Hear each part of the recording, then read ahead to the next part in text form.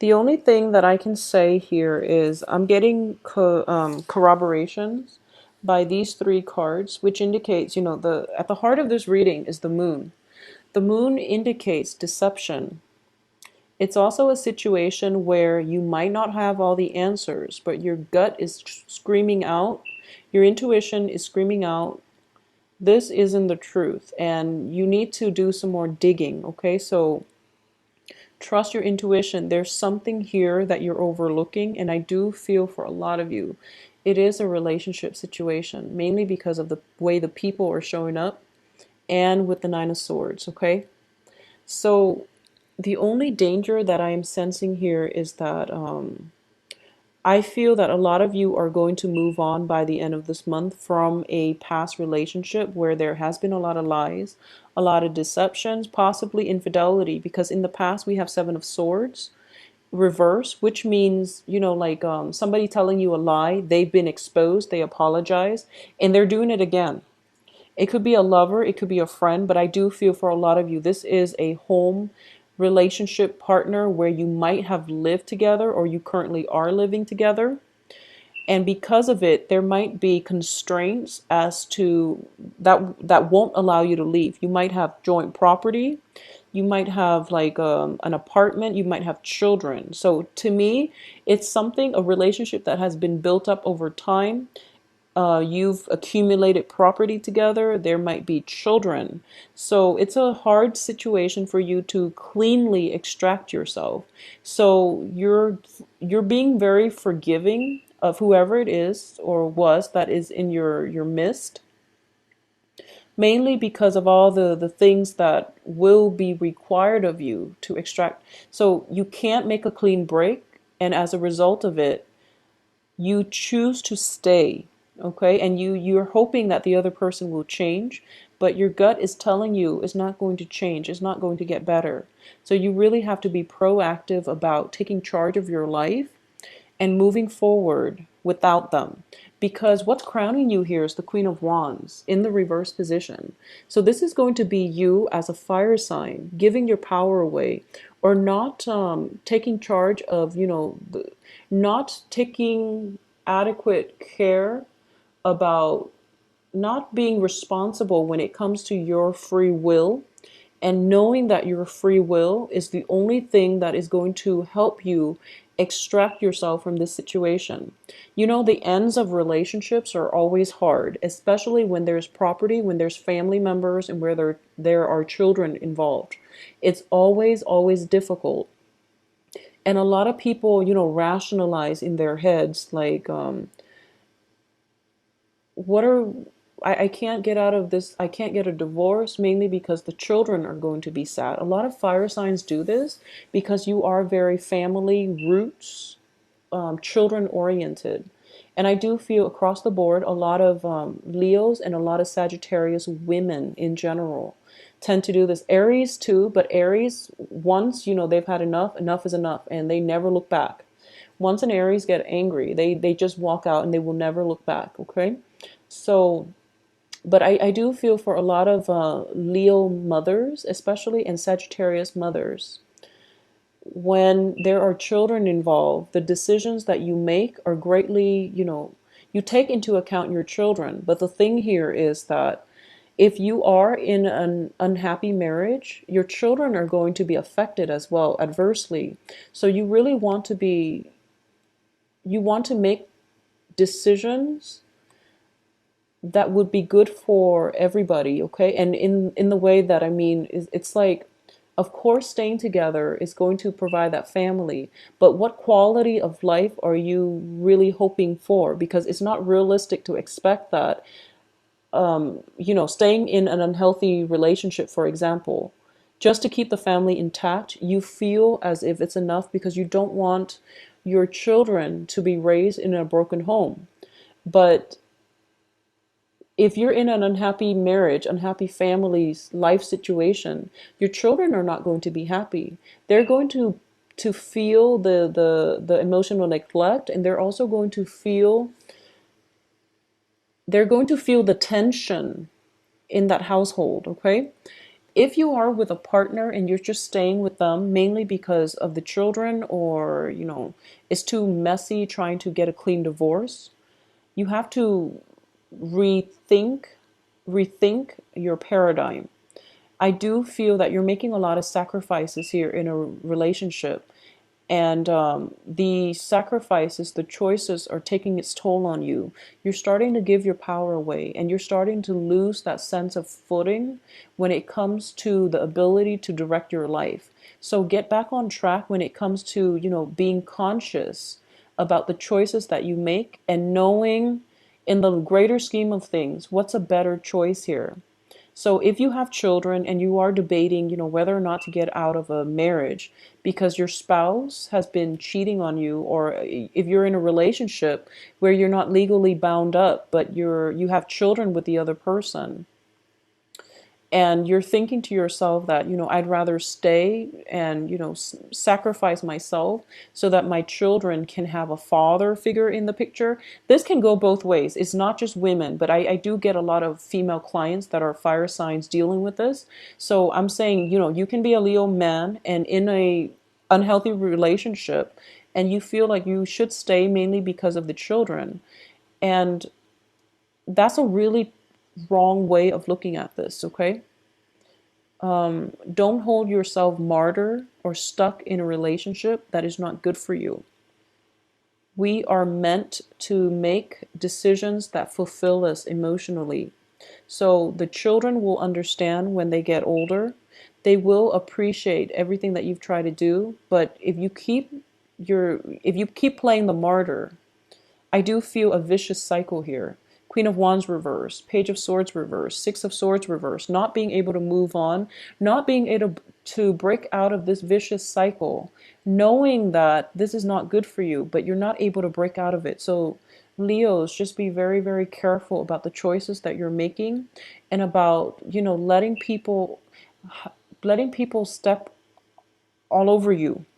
Okay, this is something that I don't really say to, it's weird saying it to a fire sign. Honestly, it's weird.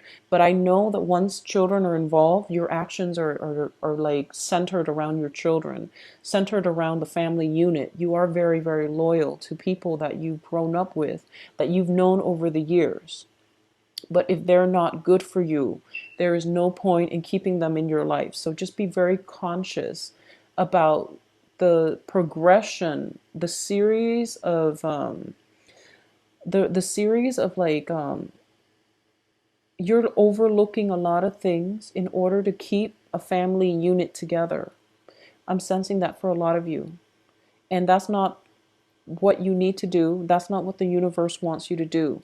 Take care of your needs, and everything else will fall into place, okay? You have to do what is ethical. You have to do what is right for you, what makes you happy, what nurtures you. Because this relationship, I feel like it's not. So once again, for those of you who are in stable relationships, you might have made a lot of compromises. I do feel a lot of compromises was just, thrown at you. And you might feel that it's not fair for me to do this because my partner is probably not, having to compromise. Or both sides have to compromise, and now the resentment is like surfacing. And if that is surfacing, this is something that needs to be dealt with. If you're in a stable relationship and both sides have been compromising, I do sense that something is brewing up to the surface in order for both of you to address it. And I don't feel there's going to be a breakup in that particular instance, because you both are trying to work things out. But both of you have felt that there's a lot of compromises that were made, okay? There might have been some like disillusionment very recently, like happening, the end of last month during the eclipse season and the first 2 weeks of October. And you're starting to rethink if this is worth it. And you're starting to rethink, maybe we don't have to do this. Maybe there's a better way for us to be together as a family unit or as a couple. So I do sense there's definitely something that needs to be addressed. And don't be afraid to address it, because changes happen. We have to roll with the punches, but communication is definitely key here, especially with the moon card as the overall energy. It indicates to me some things need to be brought to light so that you both can resolve it and you both can build a better foundation for yourself. Because if the foundation is the moon, is very shifty, it's very shifty, and that's not a firm foundation, especially if there is property and family members involved. Okay, so be very careful about this. So in terms of the advice here, you have the Nine of Swords. And the Nine of Swords indicates to me a lot of mental energy that is keeping you up at night. It's about being worried, being suspicious, worried, feeling guilt, feeling very emotionally unrattled or unsettled or destabilized. And for a lot of you, there might have been suspicions of cheating spouses. I'm sensing, and I am very sorry for the way that this reading is coming out, but I do feel that, we have the moon, Nine of Swords, Seven of Swords. These are not good cards that I want to see in a relationship spread. So I do want you to be careful about this. If there is a suspicion, talk about it. Okay, so don't sweep things under the rug. Don't let somebody else walk all over you. If you are dealing with an air sign for whatever reason, if you're dealing with like a Aquarius, Gemini, Libra, I normally don't feel that's a good combination for Leos. I don't sense it's a good combination. Libra is okay. So like Leo, Libra, it's probably okay. It's probably stable. Aquarius and Leo, there's a lot of magnetic attraction, but it's very unstable because you're polar opposites. And then Gemini and Leos, I don't feel that's a good match. I don't sense it's a good match. There are other things in your chart that will mitigate the effects, but in general, Leo, Libras, it can work. Leo, Aquarius, it's hard, but it can work. Leo and Geminis, I don't feel that's a good match, okay? So either way, aside from the astrological interpretations, I do sense that if you are grappling with like suspicions, definitely talk about it. If you are dealing with an air sign, I just want you to be careful, especially if there has been lies and instances of infidelity in the past. I do feel that you're sweeping things under the rug and you're returning to a person that might have hurt you in the past with their deception, and you're walking right back into it, okay? Because this is the card of sailing back to troubled waters, not rising above and not letting go. So the advice here is think back at the last time where something similar happened. Think about how it made you feel and learn from it, okay? Process the information and move forward. Because what's in your external environment is a lot of new opportunities. I see potentially new love here. The sun indicates a lot of success. It does indicate a new phase in your life, a very hopeful energy that is really soothing, and it can bring about, just a breath of new energy. So this is something that you're dealing with in your present environment. It proves to me that, things, it's sort of like once you have moved away from something and then doors started opening for you and you're in a really hopeful place, and then you get a quick phone call from your ex who you were in love with begging you to come back, and you're foregoing all the new opportunities and you're sailing back. It just doesn't make sense. So please be careful about this. If this resonates with you and you feel like, wow, doors are opening for you, and then this ex contacts you out of the blue and you're just like, what do I do? Well, move forward. There's just no mincing words here. Just move on, okay? In terms of your hopes and fears here, I do feel a lot of you are not seeing this situation realistically, because we have the Seven of Pentacles. In this deck, it signals to me a relationship that is on equal footing, okay? So this is your hopes. You're hoping for a new relationship that is on equal footing. However, based on the past experience with this person, that was not the case. So you really want to rethink what it is that you're doing here and why you're allowing this energy to cycle through. Now, the Mercury and the Venus retrograde period has been very, very problematic because Venus was oscillating between Virgo and Leos. So a lot of exes, former lovers, and people from your past have been cycling back in as a test. At the end of that period, there was also that eclipse in Libra. So at this point, you have all the information you need to know who to leave behind, okay?